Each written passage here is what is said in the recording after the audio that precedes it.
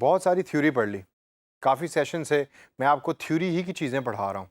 Display ads क्या होती हैं, वीडियो एड्स क्या होती हैं।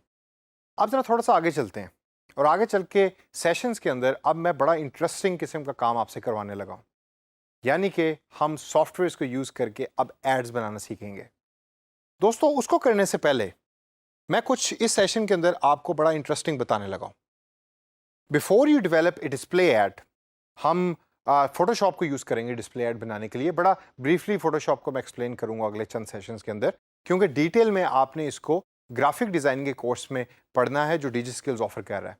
तो उसको करने से पहले इस सेशन के अंदर ये देखना बहुत ज़रूरी है कि गूगल कौन कौन से ऐड के साइजेस हैं कि जिनको कंपेटेबल मानता है।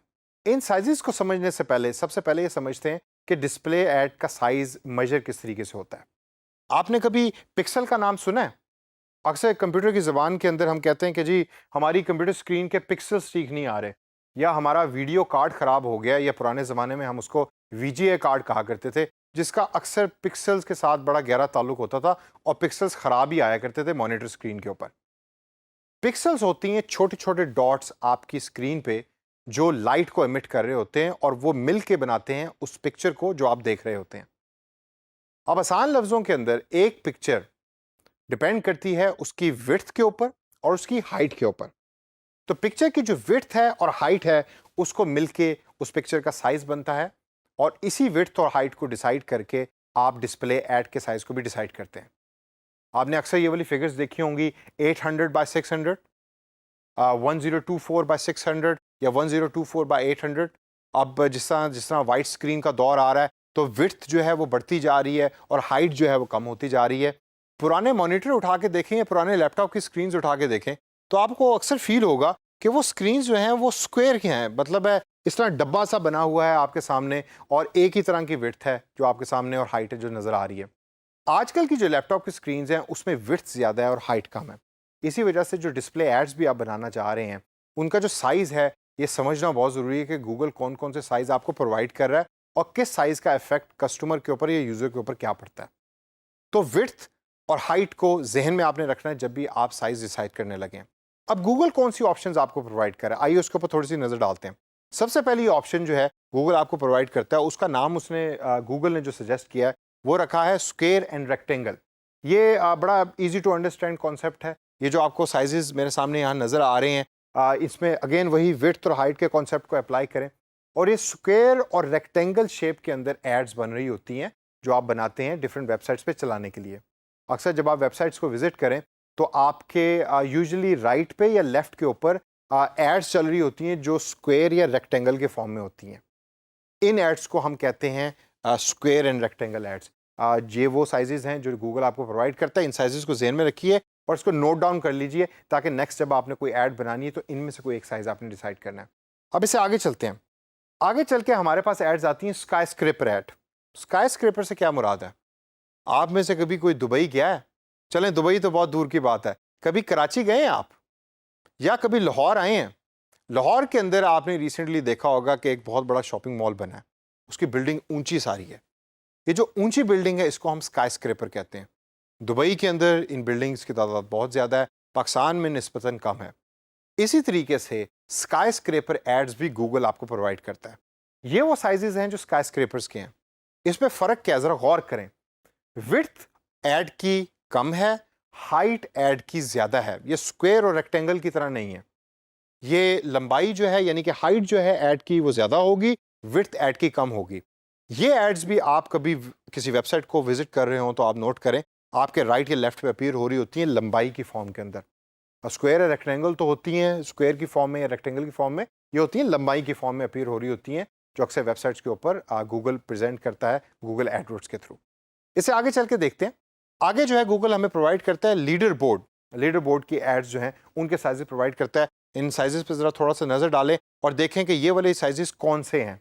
आप फॉर इंस्टेंस पहले वाला देखें जिसके आगे मैंने बैनर लिखा हुआ है, ये साइज़ है 468 बाई 60। कौन सी एड्स हुई है? ये तो 60 का मतलब है कि ये तो बड़ी छोटी सी हाइट हुई और विड्थ बहुत बड़ी है। ये वो एड्स हैं जो अक्सर बॉटम में या टॉप के ऊपर आपको बैनर की फॉर्म में नज़र आ रही होती हैं। गूगल एडवर्ड्स इसको लीडर बोर्ड का नाम देता है। ये विड्थ के अंदर ज़्यादा होती हैं, हाइट के अंदर कम होती हैं। इसी तरीके से जब आप एड्स बना रहे होते हैं इस पर्टिकुलर साइज़ के फॉर्म के अंदर, तो आपको ग्राफिक्स भी उस तरह के यूज़ करने पड़ते हैं जो इस साइज़ के अंदर फिट इन करें। आगे चलें और आगे चल के देखते हैं कि कौन सी एड्स हैं जो सबसे इंपॉर्टेंट आजकल यूज़ हो रही हैं। वो हैं मोबाइल फ़ोन एड्स, यानी कि मोबाइल के ऊपर जो एड्स चलेंगी वो किस तरह की होंगी। इसके अंदर भी आप गौर करें तो विड्थ है ज़्यादा और हाइट है कम, और हाइट और विड्थ जो है वो डेस्कटॉप और लैपटॉप स्क्रीन की निस्बत इसके अंदर कम है, ऑप्टिमाइज्ड है मोबाइल स्क्रीन के साथ। और ये वाली ऑप्शन सारी की सारी जो है वो गूगल आपको प्रोवाइड कर रहा होता है जब आप गूगल एडवर्ड्स पे ऐड बना रहे होते हैं। अब जब आप ऐड बनाने लगते हैं तो आप इनमें से आप डिसाइड करेंगे साइज़, लेकिन ये साइज़ आप कैसे डिसाइड कर रहे होते हैं? ये आप साइज़ डिसाइड कर रहे होते हैं बेस्ड ऑन द कंटेंट। ये वो कंटेंट है कि जो आपके क्लाइंट ने आपको प्रोवाइड किया, तो ये वो कंटेंट है जो आपने खुद बनाया और फिर आप डिसाइड आपने किया कि मेरी ऐड स्क्वायर फॉर्म में ज़्यादा बेहतर लगेगी या रेक्टेंगल फॉर्म में ज़्यादा बेहतर लगेगी, या मेरा ख्याल है मुझे बैनर की तरह की ऐड लगानी चाहिए। क्यों? क्योंकि बैनर के ऊपर लोगों का ज़्यादा व्यू जाता है एज़ कम्पेयर टू राइट और लेफ्ट की एड्स के ऊपर। ये अब आपकी चॉइस है। मैं as a professional digital marketer आपको सजेस्ट करूंगा कि आपको तमाम साइजेस में एड्स बनानी चाहिए। आप थोड़ी सी नज़र डालते हैं और देखते हैं कि बेस्ट परफॉर्मिंग साइजेस कौन कौन से हैं मेरे पर्सनल एक्सपीरियंस के अंदर। सबसे पहले तो बेस्ट परफॉर्मिंग साइज जो है वो मैं कहूँगा मीडियम रेक्टेंगल, जिसकी है 300 विड्थ और 250 जो है वो उसकी हाइट है। ये साइजेस मेरे नज़दीक बड़े सूटेबल होते हैं, किसी भी स्क्रीन के ऊपर अपीयर हो रहे होते हैं और इनका रिजल्ट जो है वो भी अच्छा होता है और यूज़र का रिस्पॉन्स भी इसके ऊपर बेहतर होता है। अगली टाइप जो बेस्ट परफॉर्मिंग साइजेस के अंदर आती है वो है लार्ज रेक्टेंगल। लार्ज रेक्टेंगल से मुराद ये है कि इसकी विड्थ बड़ी होगी और हाइट भी थोड़ी सी बड़ी होगी as compare to medium rectangle के। ये एड्स भी अक्सर काफ़ी अच्छी परफॉर्म कर रही होती हैं वेबसाइट्स के ऊपर क्योंकि इनकी व्यूएबिलिटी ज़्यादा होती है। लार्ज रेक्टेंगल से आगे चल के देखें तो लीडर बोर्ड की ऐड है, जिसके अंदर आप अगर मेरे पीछे ऑब्जर्व कर रहे हो तो टॉप के ऊपर आ रही है, अगेन हाइट छोटी है, विड्थ इसकी बहुत बड़ी है। बैनर एड्स जिसको हम कहते हैं, गूगल उसको लीडर बोर्ड्स ऐड कहता है। फिर हाफ पेज एड्स आ जाती हैं। हाफ पेज एड्स के अंदर आपकी हाइट तो काफ़ी लंबी होती है लेकिन विड्थ भी अच्छी खासी होती है। ये आपके राइट या लेफ्ट पे अपीयर हो रही होती हैं एड्स और ये लंबाई में चूँकि ज़्यादा होती हैं, इनका भी जो रिस्पॉन्स है यूज़र का वो भी बहुत अच्छा आ रहा होता है क्योंकि जो इस ऐड के ऊपर जो रिजल्ट और कंटेंट प्रेजेंट करता है डिजिटल मार्केटर वो काफ़ी अट्रैक्टिव होता है और काफ़ी विजिबल होता है। आगे चल के देखें तो लास्ट के अंदर जो बड़ा अच्छा परफॉर्मिंग साइज़ है जो मोबाइल के अंदर यूज़ होता है वो है लार्ज मोबाइल बैनर, कि जिसके अंदर जो है वो विड्थ आपकी 320 है और हाइट आपकी 100 है।